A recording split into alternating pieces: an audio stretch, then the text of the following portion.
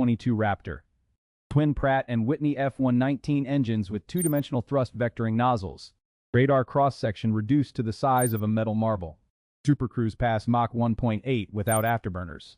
And an APG-77 active electronically scanned array radar that can detect enemy fighters 100 miles before they see it.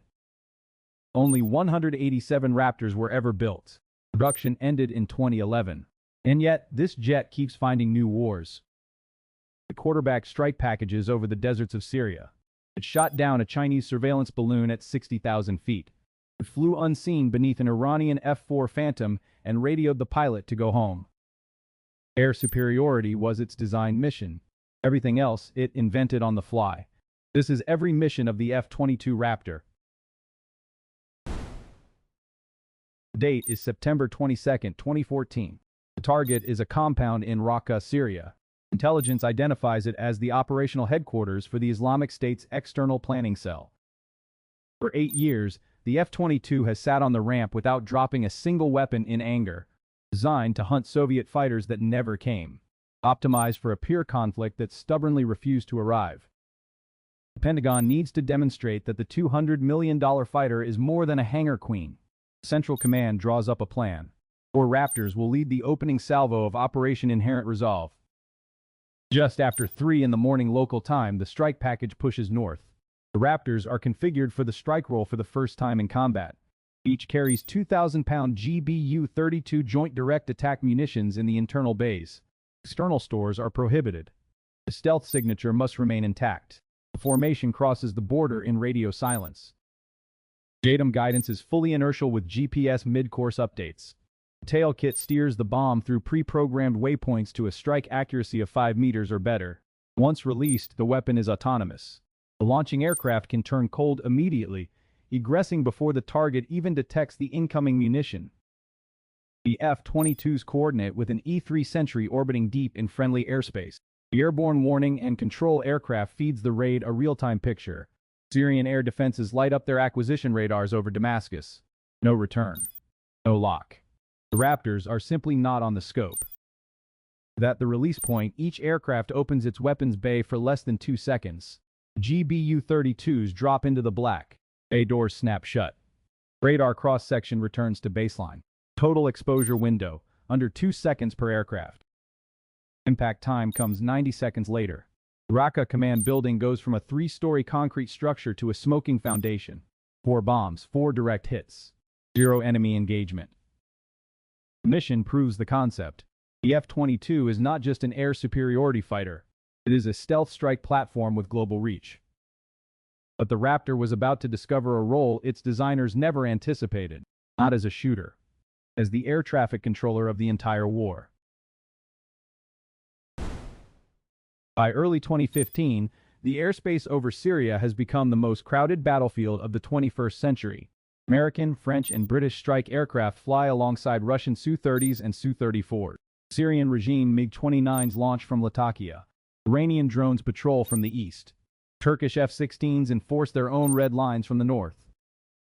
Every day, dozens of coalition packages ingress and egress through the same narrow corridors. The old 4th-generation fighters cannot see through the noise. They need a coordinator with better eyes. They need a fighter that can be everywhere without being anywhere. The role gets a nickname inside the operations centers: Airborne Quarterback. A pair of F-22s launches from Al Dhafra Air Base in the United Arab Emirates. They tank off a KC-135 over Iraq, and they push into the Syrian air defense zone at 45,000 feet. Each Raptor's APG-77 radar sweeps a 200-mile arc. The sensor fusion computer overlays every contact into a single tactical picture. The Multifunction Advanced Data Link, or MADL, shares that picture across the formation instantly. Sensor fusion is the F-22's secret weapon. The APG-77 radar, the AN/ALR-94 electronic warfare suite, and the passive infrared system all feed one central mission computer. The computer correlates every signal into a single track file. The pilot sees one symbol per aircraft, not 3 sensor returns. Not a cluttered mess. One symbol with identification, altitude, speed, and threat priority already computed. The Raptors identify Russian Su-35s orbiting west of Aleppo. They tag Syrian regime helicopters lifting off from Hama. They spot a coalition F-15E strike package pushing toward Deir ez-Zor. The tactical picture is beamed by voice, by data link, and by direct calls to the CAOC. The Combined Air Operations Center in Qatar sees what the Raptors see. Coalition strike packages get vectored around Russian fighters. Russian pilots get warnings before they blunder into coalition weapons envelopes. For nearly 8 years, this is what the F-22 does every day. Not shooting, watching, talking, conflicting. It flies more sensor missions than shooter missions. And one afternoon over the Persian Gulf, a Raptor pilot decided to use the microphone in a very different way. March 2013. An American MQ-1 Predator drone flies a routine surveillance orbit over international waters in the Persian Gulf. Iran does not appreciate the reconnaissance. The Iranian Air Force scrambles a pair of 4 Phantom jets to intercept. The Phantoms close on the drone with weapons armed. Only the intervention of an American escort fighter that day causes them to break off. The Pentagon decides this cannot happen again. The Central Command orders that all future drone patrols will carry a stealth escort. The F-22 gets the assignment. Weeks later, another Predator flies the same orbit. The Iranians scramble again. This time, a lone F-22 is already airborne. The Raptor loiters unseen at high altitude. Its stealth profile keeps it invisible to the Phantom's aging AN/APQ-120 radar. Its passive sensors track the Iranian aircraft from the moment their engines light up. The F-4 Phantom was designed in the late 1950s. Its radar operates in a narrow X-band frequency with no low observable countermeasures. Against a 5th-generation stealth fighter, its detection range collapses to under 5 miles. The F-22 can circle directly above or below the Phantom at close range and remain invisible on the enemy scope. The 2 Iranian Phantoms push toward the Predator at low altitude. The F-22 pilot watches them approach on his multifunction display. He waits. When the range closes to just a few miles from the drone, the Raptor descends. He pulls his F-22 into a slow dive. The stealth fighter slides underneath the Iranian formation. He inspects their external stores from below. Live air-to-air missiles on the outboard pylons. He climbs on the Phantom's outside wingline, still unseen. Then he keys his radio and transmits on the Iranian pilot's guard frequency. The exact wording, as later declassified by the Air Force Chief of Staff, is, "You really ought to go home." The Iranian pilot's head snaps toward the sound of the voice. He sees an American 5th-generation fighter flying formation on his own wing. Neither his radar nor his eyeball had detected the intercept. The Phantoms break off. They return to base. The Raptor had used its stealth not as a weapon, but as a message. The next time it would use stealth, 10 years later, the message would be very different. February 4, 2023. The high-altitude Chinese surveillance balloon has crossed the continental United States. It floats at approximately 60,000 feet. The balloon carries a payload roughly the size of 3 passenger buses, solar panels, signals intelligence antennas, directional maneuvering fans. Public pressure demands the balloon be shot down. The problem is altitude. 60,000 feet is above the practical ceiling of most fighters carrying weapons. The air is thin. Wing loading is high.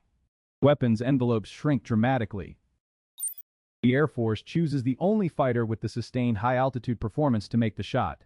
It chooses the F-22. 2 Raptors from the 1st Fighter Wing at Joint Base Langley Eustis launch late in the morning. Call signs Frank 01 and Frank 02. They climb to 58,000 feet. The balloon drifts eastward off the coast of South Carolina at 65,000 feet. At altitudes above 50,000 feet, an air-to-air missile faces a harsh environment. Air density drops below 10% of sea level values. Aerodynamic control surfaces lose authority. Rocket motors still work, but the missile has less air to maneuver in. AIM-9 Sidewinder, designed for dogfights at low altitude, must be launched inside a much smaller kinematic envelope to reach a target this high. The intercept controllers vector Frank 01 to a firing position. The pilot sets up a climbing shot from below and behind the balloon. He selects an AIM-9X Block 2 Sidewinder from the side weapons bay. The heat-seeking missile is optimized for close-range engagements. Against a slow-moving balloon, its imaging infrared seeker has no trouble locking on. The Raptor pilot pulls up into a climbing launch attitude. He calls Fox 2. The Sidewinder ejects from the bay, ignites, and streaks toward the payload. The missile reaches the balloon in seconds. Impact. The payload separates from the envelope. Both fall toward the Atlantic. The debris field lands in relatively shallow water off Myrtle Beach. Navy divers recovered the intelligence hardware within days. The AIM-9X had cost approximately $400,000. The F-22 sortie added another $100,000. The intelligence value of the recovered payload was estimated in the hundreds of millions. It was the F-22's first air-to-air kill in over 2 decades of service. Within 1 week, it would score 3 more. February 10th through 12th, 2023. In the 6 days after the Chinese balloon shootdown, the Pentagon expands the sensitivity of the NORAD radar filters. The old filters ignored slow-moving objects to reduce false alarms. The new filters do not. Suddenly, NORAD sees objects it had been filtering out for years. 3 separate unidentified objects appear over North American airspace within 72 hours. 1 over Alaska. 1 over the Yukon in Canada. 1 over Lake Huron. The White House orders each one shot down. The F-22 is dispatched to make each intercept. February 10th. An unidentified object floats at 40,000 feet over the Arctic Ocean north of Deadhorse, Alaska. 2 F-22s launch from Joint Base Elmendorf-Richardson in Anchorage. The object is described only as cylindrical and roughly the size of a small car. The Raptor's close within visual range. The pilots report they can see no propulsion, no wings, no obvious payload. An AIM-9X launches. The object drops onto the Arctic sea ice. February 11th. The second object crosses into Canadian airspace over the Yukon. NORAD scrambles F-22s again. The object is at similar altitude and appears similar in shape. The single Sidewinder handles the target. Debris scatters across a remote frozen wilderness. February 12th. The third object appears over Lake Huron. This one is described as octagonal. It floats at 20,000 feet. AMP-22 from Selfridge is vectored in. The first AIM-9X shot misses. It plunges into the lake. The second shot connects. The object crashes onto the ice. The failed missile shot became a rare public admission. 5th-generation stealth fighters almost never miss. Investigators later concluded the object's shape and low radar cross-section may have complicated the seeker's tracking solution. The AIM-9X, designed for hot jet exhausts, was engaging targets with almost no thermal signature. By the end of the week, the F-22 had scored 4 air-to-air kills, more than every other American fighter combined since the year 2000. All 4 kills occurred over North American soil, not one against a manned aircraft.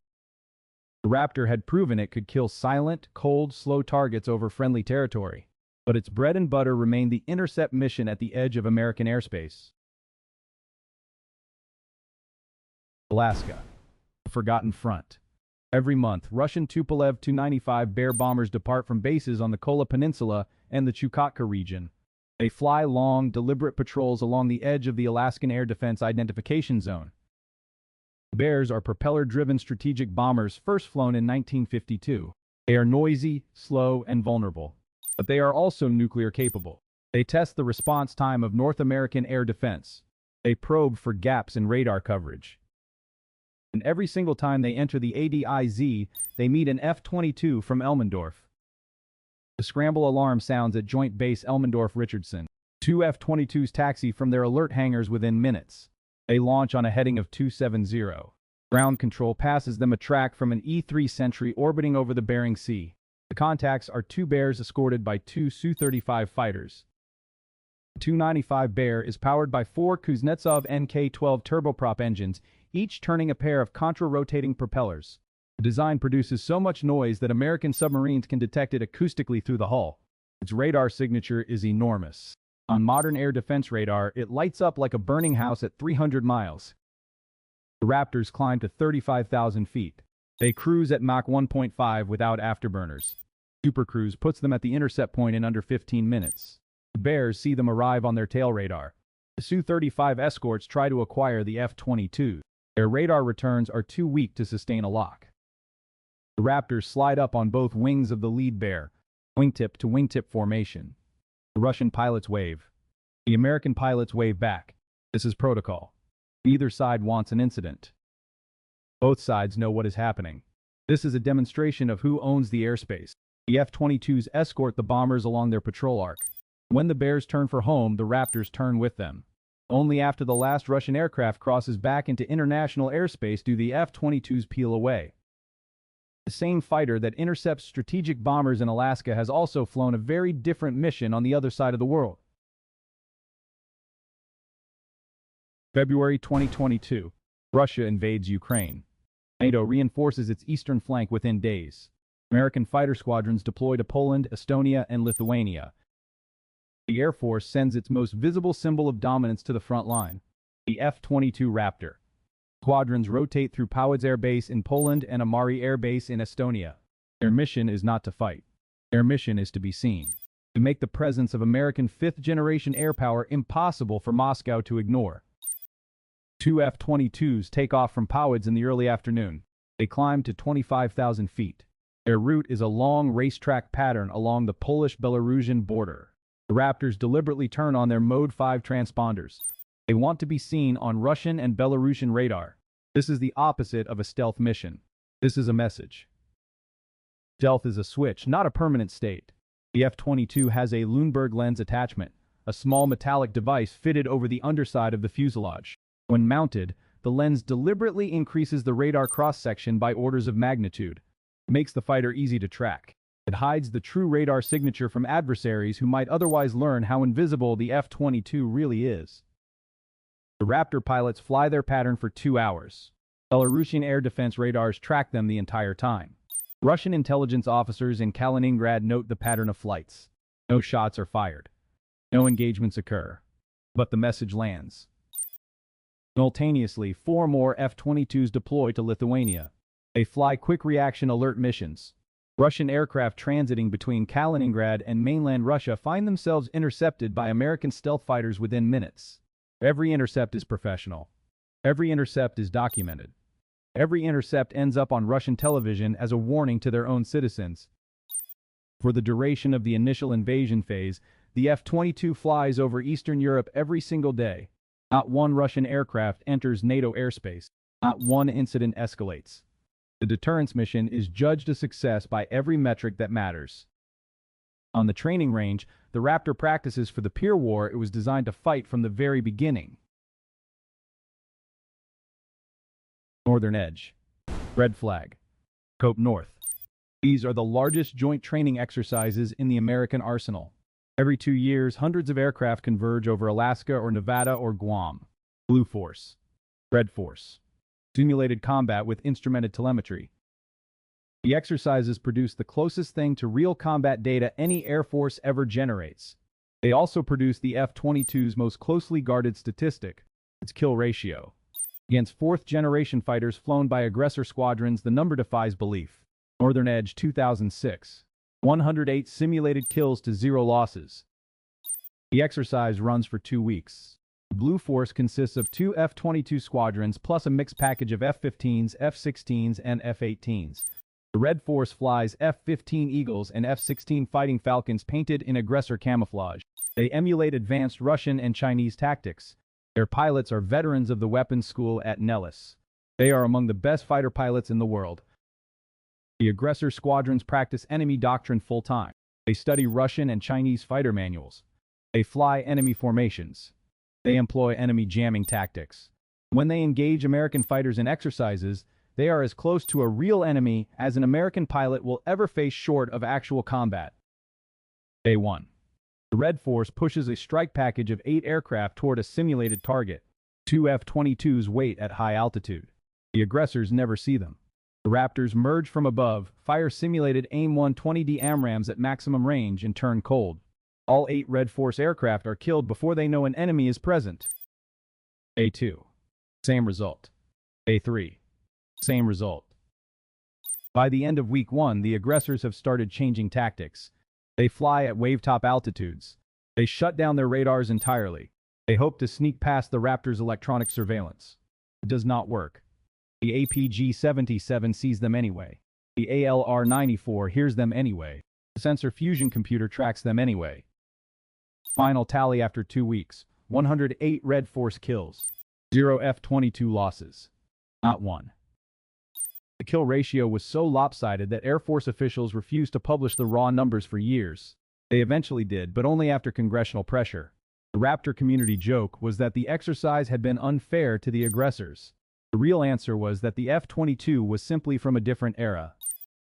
Every mission the F-22 has ever flown ends with the same conclusion. No adversary sees it coming. The F-22 Raptor was designed for a Cold War that never turned hot. Born to hunt Soviet fighters that never came, it instead became the invisible referee of every modern conflict from Syria to the Arctic to the skies over Lake Huron. Air-to-ground bomber, airborne quarterback, silent intercept escort, balloon killer, deterrence platform, simulated combat god. Only 187 were ever built. The line closed in 2011. The last Raptor rolled off the assembly floor in Marietta, Georgia. Its replacement is still years away. Until it arrives, this jet keeps flying. Every intercept, every deployment, every mission. This is the fighter that never lost. If you enjoyed this deep dive on the F-22 Raptor, hit the subscribe button. Ring the notification bell so you never miss the next chapter of modern warfare, because the next weapon we cover might already be flying over your head.